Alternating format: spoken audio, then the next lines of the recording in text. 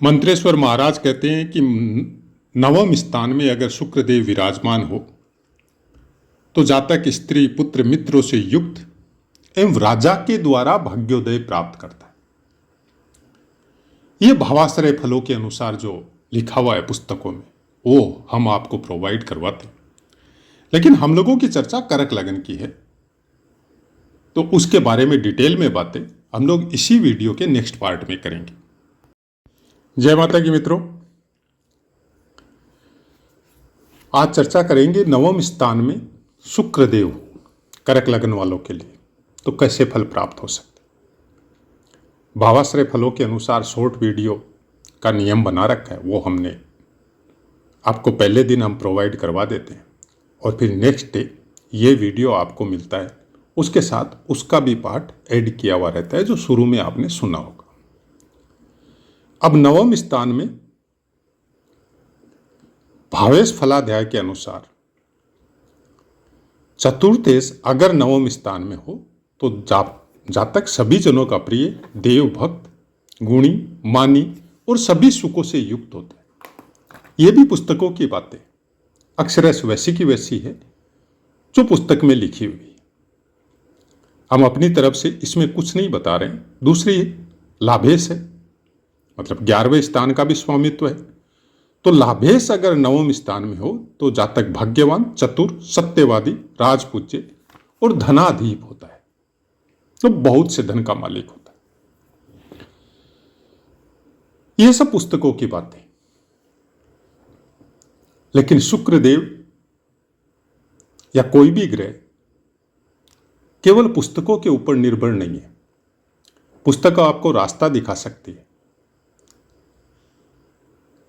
हर ज्योतिषी का कर्तव्य थोड़ा अलग होता है।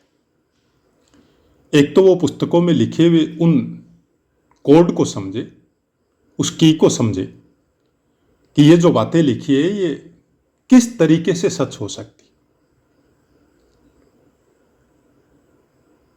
क्योंकि ये नवम स्थान आपके लग्नानुसार है, तो आपको यह भी देखना पड़ेगा कि आपके चंद्र राशि अनुसार कौन से स्थान में शुक्रदेव, फिर आपकी सूर्य राशि के अनुसार कौन से स्थान में शुक्रदेव, फिर सब उन फलों को मिक्स करना पड़ेगा।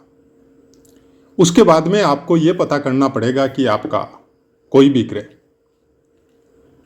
शुक्र हो या कोई भी ग्रह, कौन से नक्षत्र के कौन से चरण में विद्यमान है, नवमांश में कहां जाके प्लेस होता है। भर्गोतमी नवमांश है या कोई शत्रु या क्रूर ग्रह के नवमांश में जाके प्लेस हो गया। ऐसी बहुत सी बातें हैं जो ज्योतिष में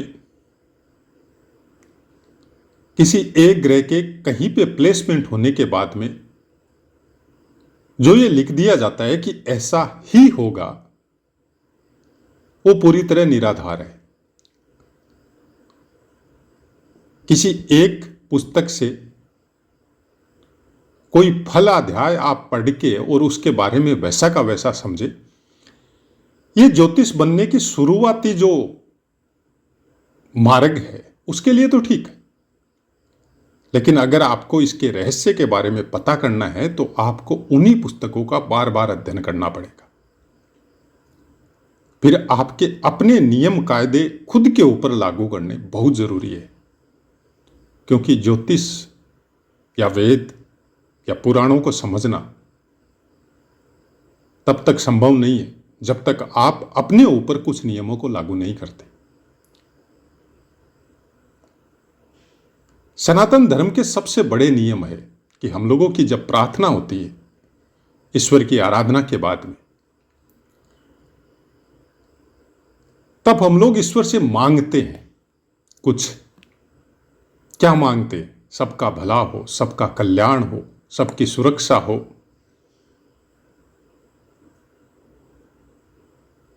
वहां पर अपने लिए कुछ नहीं मांगते, सबके लिए मांगते हैं।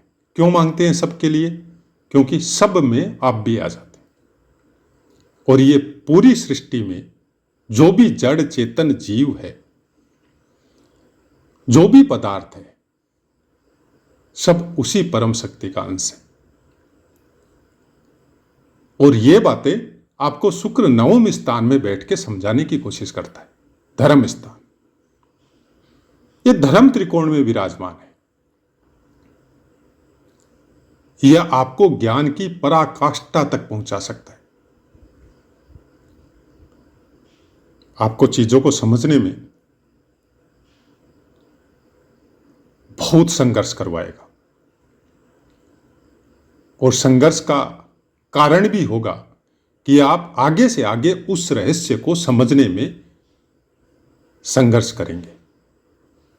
आप किसी की पुस्तक में लिखी हुई कोई बात, कोई कोड, कोई की, जैसा लिखा है वैसा का वैसा नहीं समझेंगे।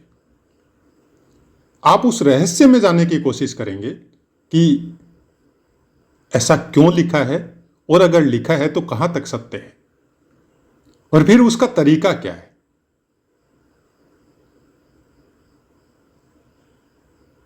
यह आपको बहुत बड़े धर्म के विषय में, समाज में रहते हुए समाज सुधारक जैसी प्रेरणा दे सकते। धार्मिक विषयों का ज्ञान, वेद पुराणों का ज्ञान, तंत्र मंत्र सिद्धि का ज्ञान, ज्योतिष जैसे किसी सेक्टर का पूरी तरह ज्ञान होना,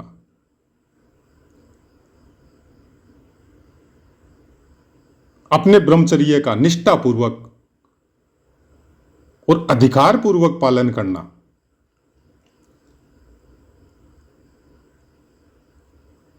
चरित्र के विषय में हमेशा सजग रहना, ये शुक्रदेव देते हैं नवम स्थान।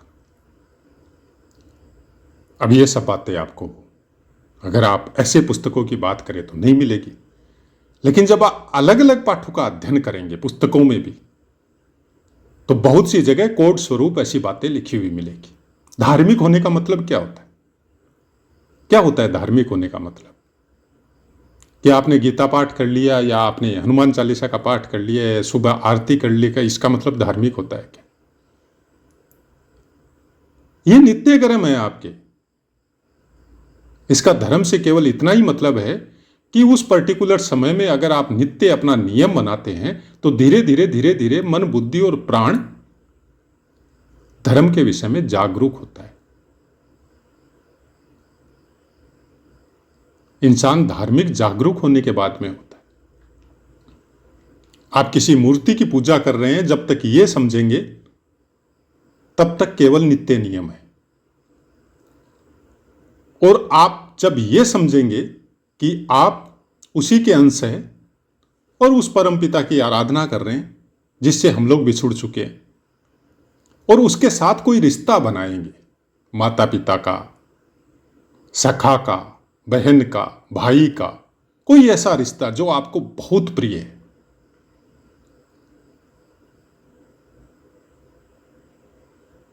तब उस धार्मिक भावना के अंदर आपने पदार्पण कर लिया है। जब हम लोग काशी विश्वनाथ जाते हैं, हरिद्वार जाते हैं, वृंदावन या मथुरा जाते हैं,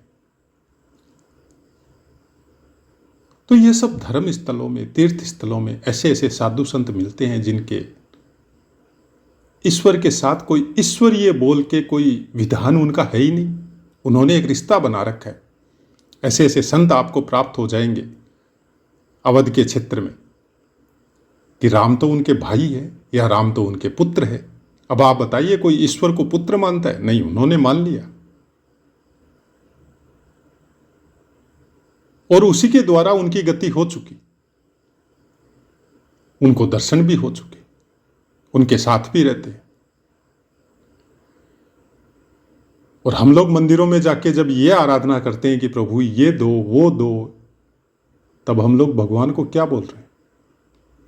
कि भगवान एक सेठ है और हम लोग भिखारी है। क्यों भिखारी है हम लोग? किस लिए भिखारी है हम लोग? हम लोग तो उसी के अंश है, वो सबका पिता है, तो हम लोग उनकी संतानें हैं। संतान तो अधिकार स्वरूप लेती है, मांग के नहीं लेती है, उसका अधिकार है उससे लेना। वो झगड़ा करके लेगी, ताना मार के लेगी, लेकिन वो स्थिति तब आएगी जब आप और वो एकाकार हो जाएंगे, जब आप अपने प्राण तत्व को जागृत कर लेंगे। नवम स्थान का शुक्रदेव यहां तक पहुंचा सकता है आपको, क्योंकि शुक्र ग्रह एक शक्ति है और उस शक्ति के द्वारा जब कोई काम किया जाता है तो उसकी गति या इतनी स्पीड उसकी होती है कि वो जहां आपको आवाज पहुंचानी है वहां तक पहुंच सकता है। ऐसे इंसानों की आंखें बहुत सुंदर होती,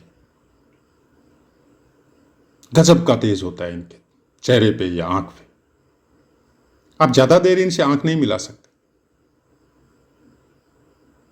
लेकिन जरूरत यह है कि बली हो, किसी क्रूर या पापी ग्रह से दृष्ट नहीं हो, अच्छे नक्षत्र और अच्छे नववांश में विराजमान हो।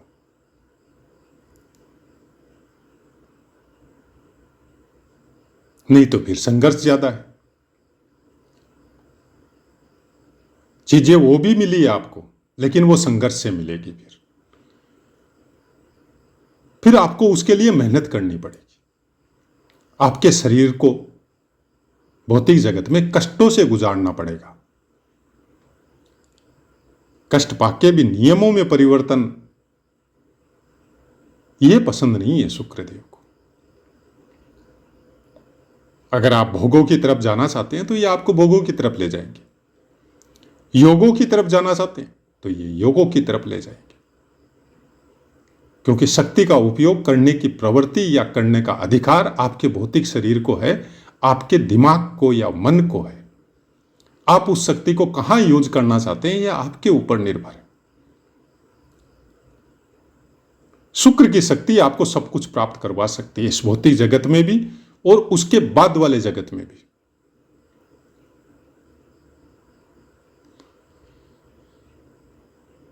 अगर आपने ग्रहों के कारकत्व को ठीक से समझ लिया ना, तो वो प्लेस कहां है, वो आपको क्या देना चाहते हैं और आप क्या ले रहे हैं,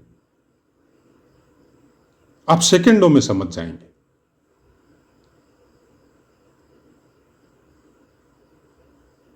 अगर नहीं समझे तो फिर करते रहिए संघर्ष। फिर बस वो एक लाइन वाली ज्योतिष करते रहिए। ये नीच का हो गया, ये दुख स्थान में आ गया, ये धर्म त्रिकोण या त्रिकोण में आ गया, आप भाग्यशाली है, आपको सब कुछ आराम से मिलेगा। इतना आराम से नहीं मिलेगा भैया। चतुर से षष्टम होते हैं, लगन से भाग्य में है लेकिन अपने स्थान से षष्टम स्थान में है, और अपने लाभ स्थान से एकादश होते हैं।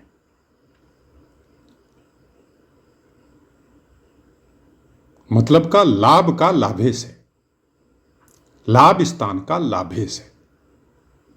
आप इसकी गहराई को समझिए।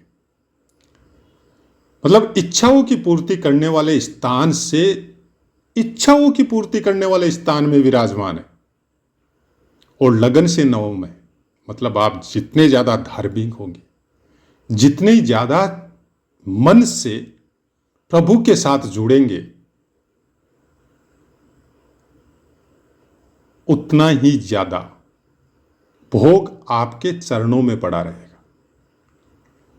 आप उसकी तरफ ध्यान ही नहीं देंगे, वो आपके पीछे पीछे दौड़ेगा कि हमको अपना लो, और जैसे ही उसको अपनाया, जो शक्ति वो देना चाहता है वो निकल जाएगी। ऐसे ही तो होता है। बड़े बड़े धर्मज्ञ, बड़े बड़े विद्वान, बड़े बड़े नाम वाले कथाकार जैसे ही इस भोग वाली वृत्ति में गए, जो चीज भगवान ने दी वो उसका मिसयूज हो गया। फिर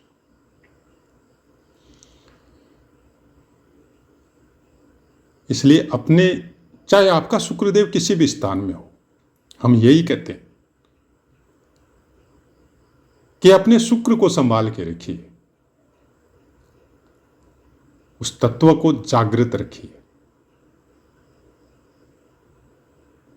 वो जहां बैठा है, चाहे वो खराब हो चाहे अच्छे स्थान में हो, वो हर जगह आपको अच्छे फल देगा।